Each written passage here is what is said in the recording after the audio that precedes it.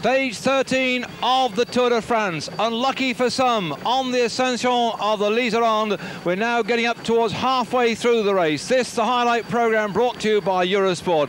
The best of the race and the man who's been the best of the bunch so far, Claudio Chiappucci, who went away after some 14 kilometres had been covered up the Col des Sèzes, and he took a bunch of 10 men with him. And here on the haute category climb of the day, this one coming as the riders have covered just on some 130 kilometres, and the man in all sorts of trouble, Pascal Lino, wearer of the yellow jersey at the start of today's stage, has it all to do, and the man who's caused the trouble up in front, Claudio Chiappucci, who, as I say, went away after 14 kilometres with a bunch of some 10 men.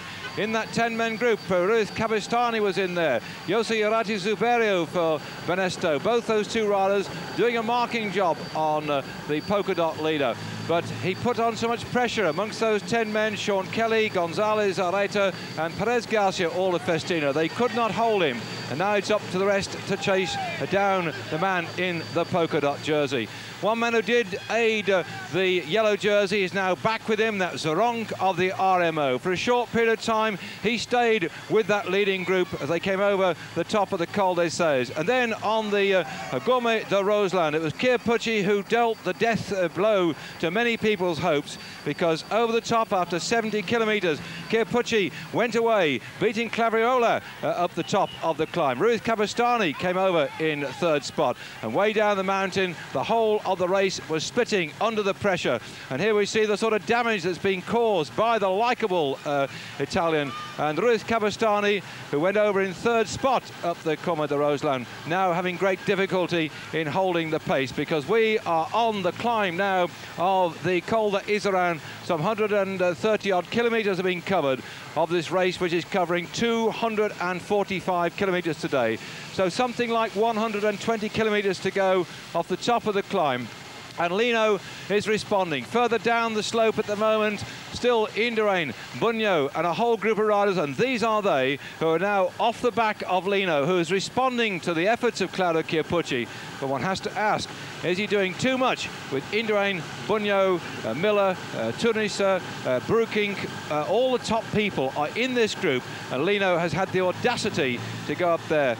Having had some help from Varank, he now is in no man's land as the rest of this crowd. Then you see Finon there, Eddie Bowens from Panasonic in the midst of this little lot, and pedaling very comfortably on the front, Miguel Indurain, waiting, I think, for the yellow jersey to blast himself out into oblivion. Robert Miller with the zipper well undone, so you get plenty of cool air. The temperature today, absolutely a cauldron. Despite the snow up there on the mountains, the temperature is 30 degrees centigrade. That is something in the plus 80s degrees Fahrenheit. And the snow, which has been cleared away at the top of the mountain, this is one that Miguel Indurain tried to train over and frequent himself with it, but unfortunately the snow was down when he came a few weeks ago. But now the sun is shining, the road is clear, and Chiappucci, urged on by the spectators, on his way towards Italy. The finish today at Sestrieres is a finish in Italy. So this Tour de France, that's been actually a tour of the European community, started in Spain, worked its way up through France, into Belgium, Holland, Luxembourg, Germany, and now heading towards Spain, heading towards Italy. And it is over the top, Claudio Chiappucci, 4 hours and 32 minutes in the saddle. Chiappucci on this particularly hard whole category climb. That means it's indescribable as a climb. And as he goes up then over the top of this one, Claudio Chiappucci has opened up an enormous gap on Conti, who was with him in that early breakaway group, but he's managed to get rid of Conti.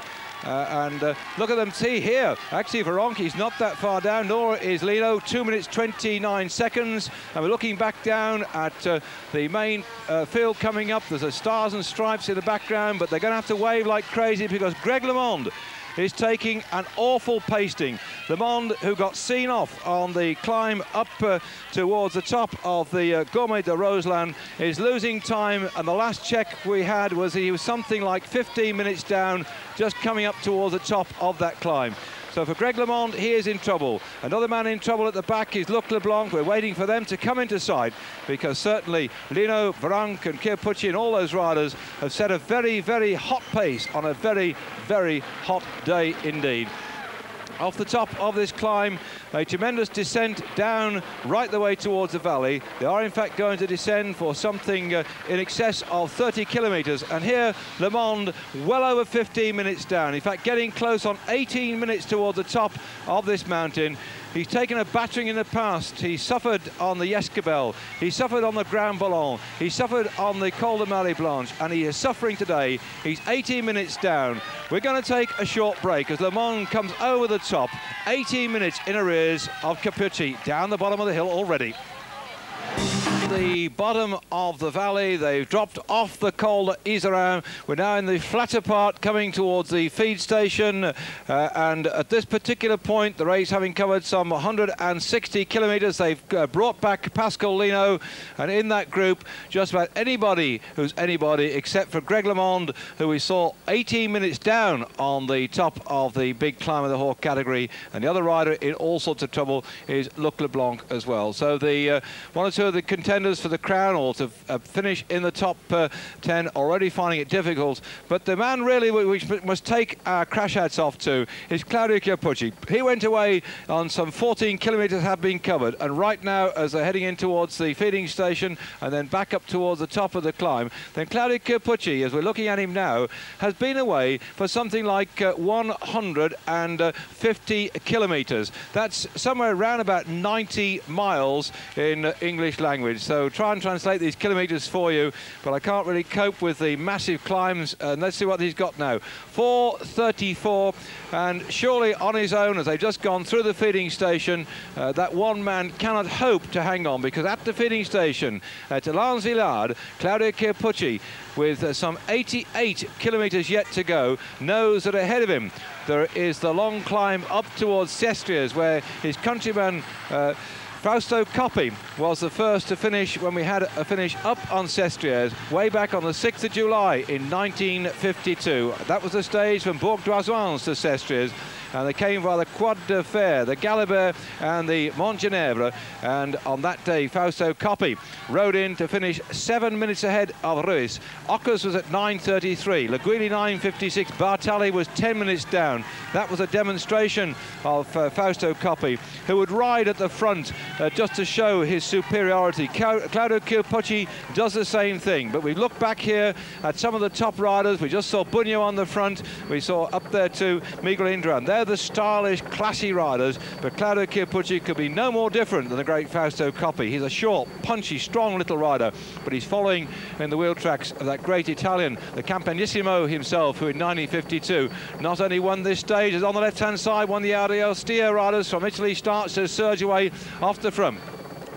Fausto Coppi not only won this stage 40 years ago, it was also the first time that television had covered a stage in the Tour de France. Not like we're doing today, because this stage has been seen all across Europe, and hours of coverage have gone out of what is proving to be on the 13th day. Unlucky for many, many people. For Claudio Chiappucci, on the 13th stage last year at Val d'Oron, he actually won that stage, and on the same stage it was when Indurain took over the yellow jersey. Are we going to see history repeat itself today?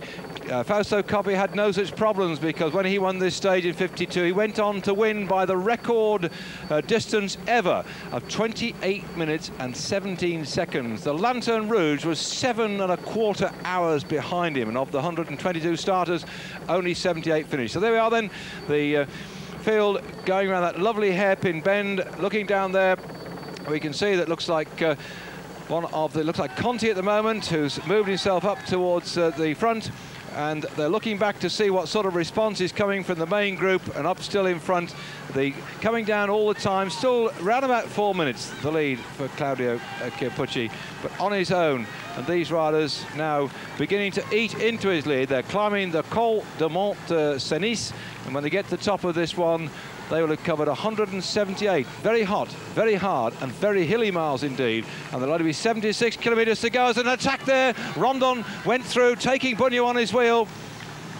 A superb move. Bugno looks back on his left-hand side, there's a gap opened up, but look who comes across. Miguel Indurain saw that move, he sussed it out.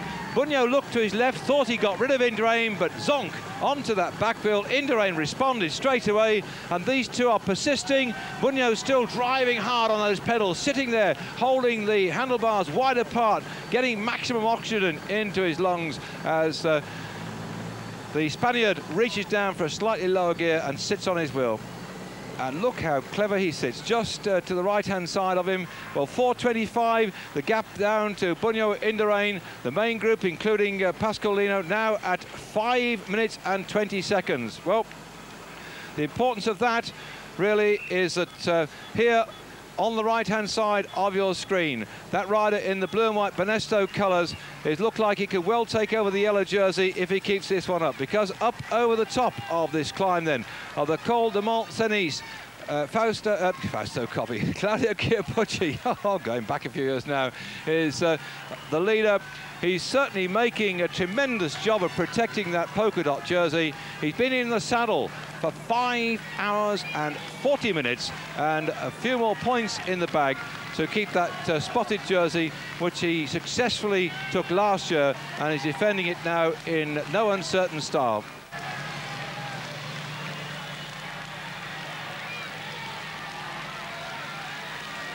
Coming up then towards the top of the Col de Mont-Cenis. The gap then some 3.5 minutes back to these two chasers. And that shows you the strength of Claudio Chiappucci. We've covered 178 miles, and of that distance so far, Claudio Chiappucci has been in the lead, all with a group of riders, for 164 kilometres. Fignon here not having to attack that group at all behind Bowman's. We can also see going on top Robert Miller riding well alongside him, and just behind in the TVM colours is Gert-Jan Tunis, zipping up the front of their racing jerseys so they can, on the descent, not get chill on their chest, putting their hats on as well, having a drink. That's a useful bunch of riders, but the yellow jersey is not there. Here he comes, Pascal Lino, 5.5 minutes down on Chiappucci, but more importantly, losing time on Indurain and Bunyo. We could see a complete change in general classification by the end of the stage. Descent of Mont-Cenis, heading down into Sousa, the sprint for the European Community Prize.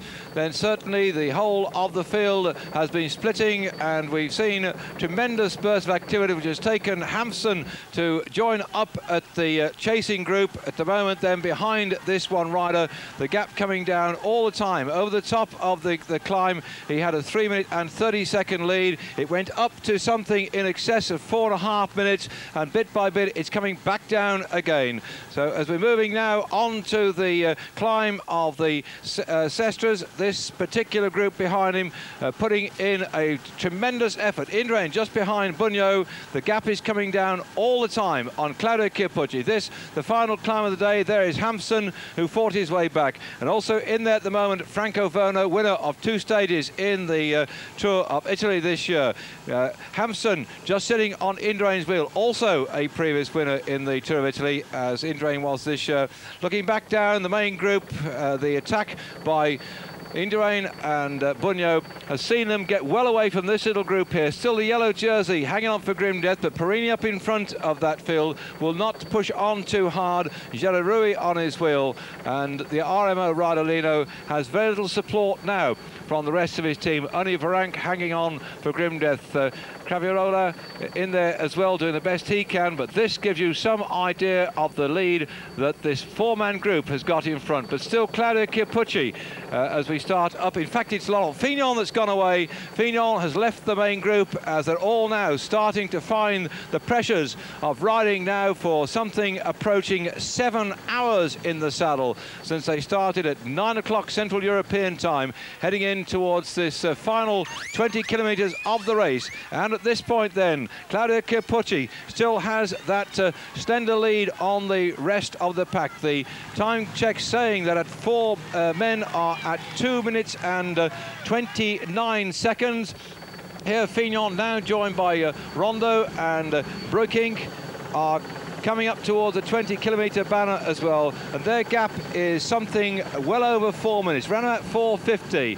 but wedged between Claudio Chiappucci and that group. Here we are, let's get confirmation. The group of Indurain is now back to 1 minute 43 seconds on the climb. So they've been really whittling back. It was 1:49 at 20 kilometres, now further up the hill, 1:43. And the group containing Lino is at 5:50. And further on back down, there are a lot of riders who are minutes behind. In fact, Greg LeMond is going to have to fight to stay within the 50-odd minutes that's likely to be the time bonus at the end, time cut-off point at the end of the race today. Still then, Claudio Chiappucci climbing up towards the top of the finish. 10 kilometres to go for Chiappucci. And the gap now is coming down yet again. Inside the 2 minutes, as ever before. Fignon on his own. He has now left the two other riders that were with him. And up in front, he has just dropped off Breukink. Bugno is also in trouble trying to hang on to Indurain's wheel. What decimation we've got in the Tour today. And Pascal Lino, who's defended his yellow jersey. Here we are then, Bugno, the report's coming in. He's just sitting on the back of that bunch. He's not contributed at all on the way up, and he's having trouble. There he is, still having difficulty hanging on. Indurain nicely onto Hampsten's wheel. Francisco Vona is just up in front. Bugno yet again having to fight to get back on those threesome. And it looks as if his legs are turning to lead. The world's #1 champion of the world set his whole season round winning the Tour de France, and disappearing down the road could well be the loss of this year's race. Hampsten has eased up. Indurain is showing his enormous fearsome power as he's now gone away together with Franco Vona, trying to cut that gap on Claudio Chiappucci. Still around about 1.5 minutes on the long climb up towards the top of the finish at Sestrieres, where they're going to finish at 2,020 metres above sea level. And this is a man who's finding some renewed strength to stay away from that chase that's going on behind him. The Tifosi out in strength because the Italians, great supporters of the sport. They've got Franco Vona now, who can't hold Indurain. A sign for Bugno, #1. Well, at the moment on the road, he's lying at number 5, in fact, because we've got Chiappucci, Indurain, Vona, then Hampsten, then Bugno, then Fignon coming up. Behind Fignon is Rondo and Breukink, the yellow jersey, losing complete contact. Tunisa and Miller and the rest are driving away from him. Indurain pedalling smoothly, conserved his strength at the right time and is now counter-attacking. There we are, Sestrieres. This final long climb as they came through Ulux. They had 1,020 metres of climbing to do, and all of that was to be accomplished in just some 21 kilometres. So when you saw that 20-kilometre banner come out, that was going to be all uphill, 1,000 metres of it, and the gap is now down to 1 minute and 1 second. Chiappucci, king of the mountains last year, third last year in the Tour de France, second the year before that. Claudio Chiappucci, one of the most gutsy riders in the race, and now we're looking further up the hill. He's being urged on by the spectators of all nations. 2 kilometres to go for Claudio Chiappucci. The gap is now inside 1 minute. Just less than 1 minute separating him from Miguel Indurain. And here is Indurain. Surely soon he will have Claudio Chiappucci in sight. Only 1 minute then. And still Indurain. He's well on his way to getting that yellow jersey because Pascal Lino is so far down the mountain now. Reports coming in that he's losing a lot of time on the leading riders up here, suffering considerably on this climb right now. So Pascal Lino looks like he might well be on the way to losing that yellow jersey, and Indurain looks like he wants to try and win the stage, but still up in front. The gap then inside 1 minute. And this is a phenomenal climb then by Indurain. And still inside the 1 kilometre to go, hanging on for grim death, Claudio Chiappucci.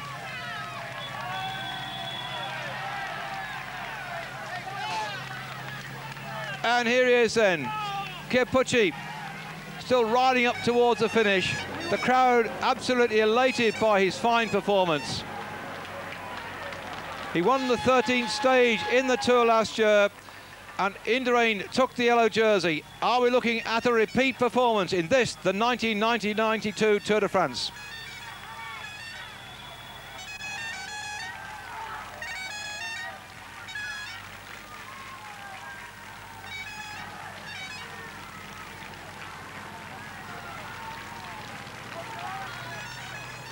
Claudio Chiappucci then, who has really set this race alight today, and one has to wonder what damage it must have done to his legs, because tomorrow we've got a cracking, very hard stage which is going to take the riders into the Alpe d'Huez. They start in Sestrieres. They've got 2 Hope category climbs tomorrow, and they finish up the Alpe d'Huez. 21 climbs of agony, and oops, the spectators are getting in the way, because tomorrow that stage of 186 kilometres, a lot shorter than it is today, but with very, very tired legs, bodies aching from the pain of riding this distance, and all the exhaustion of a sun beating down for over 7 hours on tired bodies on this, the 13th stage of the Tour de France. The spectators are going crazy, going mad. The Tifosi in Italy here are absolutely knocked out, but right behind, coming up very quickly indeed, is Indurain, who's desperately searching for those vital extra seconds to get that yellow jersey and try and catch Chiappucci in the process. But Chiappucci undoubtedly, having started this morning in 7th place, riding himself into what looks like a 2nd place overall. The massed crowds on the hillside cheering him on, and Claudio Chiappucci then, look at the crowd. Oh, that is absolutely unbelievable. Chiappucci waving his fist now with 1 kilometre to go. Indurain has to fight his way through the same crowd. Franco Bono is coming up quickly towards Indurain, and further down the slopes, Fignon fighting hard too to improve his position overall then. Here he is, Indurain. All the spectators of all the nationalities cheering this enormous battle that's going on. And what a gutsy performance then by Claudio Chiappucci. He'll soon have the finish in sight, and Indurain can see up in front of him, look up there, the crowd parting ahead of him. He can almost see Chiappucci too. The gap has gone down to inside 1 minute. Chiappucci finding extra strength from somewhere. What a do-or-die effort. Going away after 14 kilometres have been covered, and now coming up towards Sestrieres. 240 kilometres he has either been in the lead or on his own. That is 150 miles or so that Claudio Chiappucci has set this race alight, and the time checks now show that in fact Indurain is outside a minute, losing time on this rider. Suddenly from somewhere Chiappucci has found a new lease of life, and behind him Indurain has just begun to struggle a little bit, but further down the hill Lino must know by now that he's lost his yellow jersey. In that main group as well at one time, Stephen Roche is fighting back as well. There's a lot of riders hanging on for grim death today, and here up on the hillside you see the hotels. That is where they're going to stay tonight, and there'll be some very tired bodies. This man will be elated. I'm sure it'll sink in finally when he gets to his hotel that not only has he won the 13th stage of the Tour de France, he's well set to put himself up into 2nd place on general classification. Great ride then to repeat on the 13th stage of the Tour de France, a victory that he did on day 13 last year. Claudio Chiappucci on home ground. Sestrieres, that has got a tremendous history in the Tour de France, has now seen yet another Italian victory in 7 hours, 44 minutes and 51 seconds. 32.8 kilometers per hour. That is just a fraction over 20 miles an hour on what has been a very, very tough day indeed. And Franco Vona has got past Indurain, who seems to have lost a bit of time fighting his way through the people down there. I hope he didn't have a problem with the spectators. You can see these people running out over the barriers. That is entirely against the requirements of the organisation. They put these barriers here to stop spectators getting in the way. Further down the course, they were welling out and making it difficult. The intense heat, the noise, the motorcycle fumes up in the air as well. And of course, over 2,000 feet above sea level, the oxygen is very thin, the air is rarefied, but the applause is as ever for a gallant champion, last year's winner of the Tour de France, riding on now into a third place on this stage. Not with the help of his teammates. He's had to fight back when he responded to Bugno's attempts further down to split him. But Franco Vona for Italy making a 1-2. A great ride by this rider from the GBMG boys team.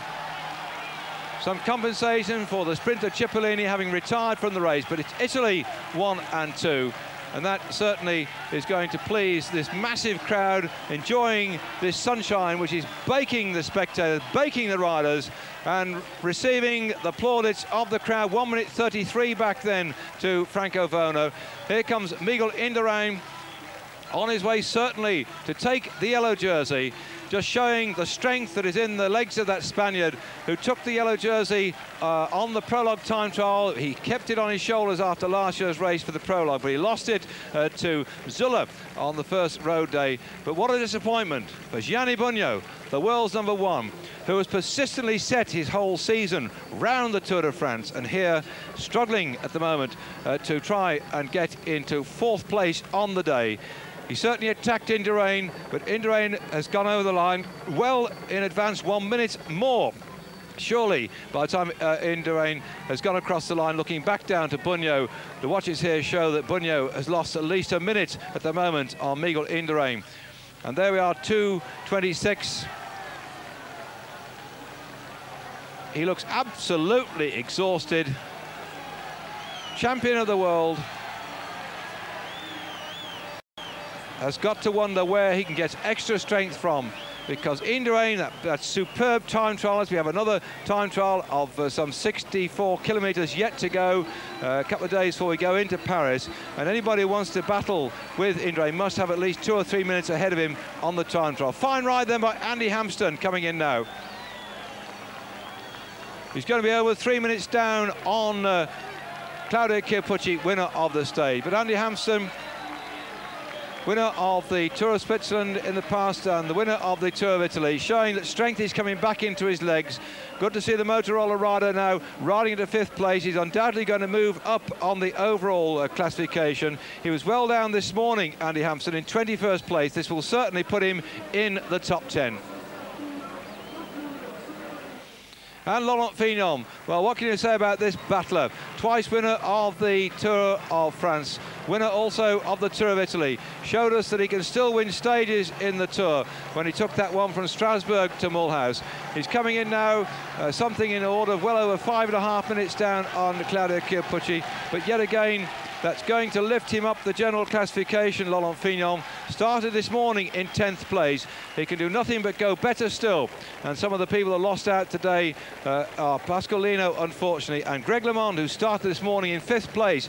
And the information we have further down the hill is that LeMond is looking like finishing nearly 50 minutes down on the victor, because the time checks are showing he's way down the bottom of the climb. Here, Tunisia coming in to finish for the TVM team, just some over 7.5 minutes down behind Claudio Chiappucci. Another great climber who must be looking forward to tomorrow. The Alpe d'Huez climb as being the one where he will try and give the Dutch spectators some encouragement by a fine fighting performance.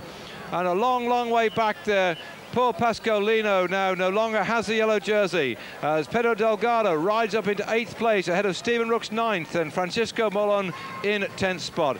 But a sad day then, because further up the hill then, just finishing, Jens Hepner and Robert Miller's come into 11th spot in 8 minutes and 17 seconds. And further back still then is this lone rider. who has ridden his heart out. He thought that he would do well to keep that yellow jersey as far as Luxembourg and the time trial. He did that magnificently. He kept it after the time trial. He then thought the first day in the Alps, which was yesterday, he would lose the jersey. He didn't. He kept it, but only by 1:27 from Indurain. And today is the day that he's going to lose that yellow jersey. But as Gerard Rouet comes up the climb now in 11th place, the Frenchman crossing the line, just showing you how exhausting the conditions are. Still further down there, the yellow jersey receiving a sympathetic round of applause from this massive crowd, because that's it as far as he is concerned. He's out of the reckoning for the yellow jersey. Looking back, there is Stephen Roche coming in at the moment. Roche will be in 18th place, so that makes 19, 20, 21, 22nd place then for the yellow jersey, and he is something round about 10:27, 10:34, and that's it for Pasqualino, just gently shaking his head. Enough is enough. But a fine, very competitive ride by him, and undoubtedly his autograph will be one much sought by many of the spectators. And of course, Alamo must be absolutely overjoyed with his performance. There they are, confirmation of the result. We saw that all come in then. 254 kilometres today was covered by these riders. So up there then, the victor of today's stage then, Claudio Chiappucci. A fine ride by this fellow who's got so many points in the bag now. He must have the King of the Mountains well and truly stitched up, providing he stays upright in his bike, and I think he'll do just that. Good all-round bike rider indeed. Just imagine this, he rode the World Cyclocross Championship in February this year, having finished 4th in the Italian Championship.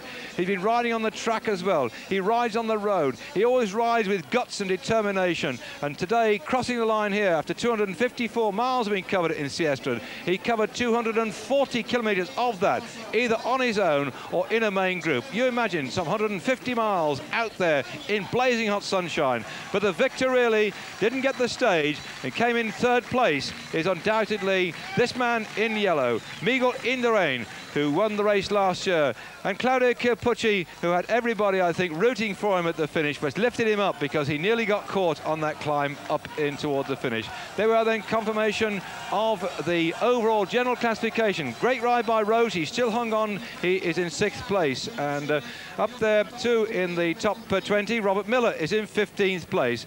So then for myself, David Duffield, the Tour de France is a cracker. Join us tomorrow for yet another brilliant stage in this brilliant race.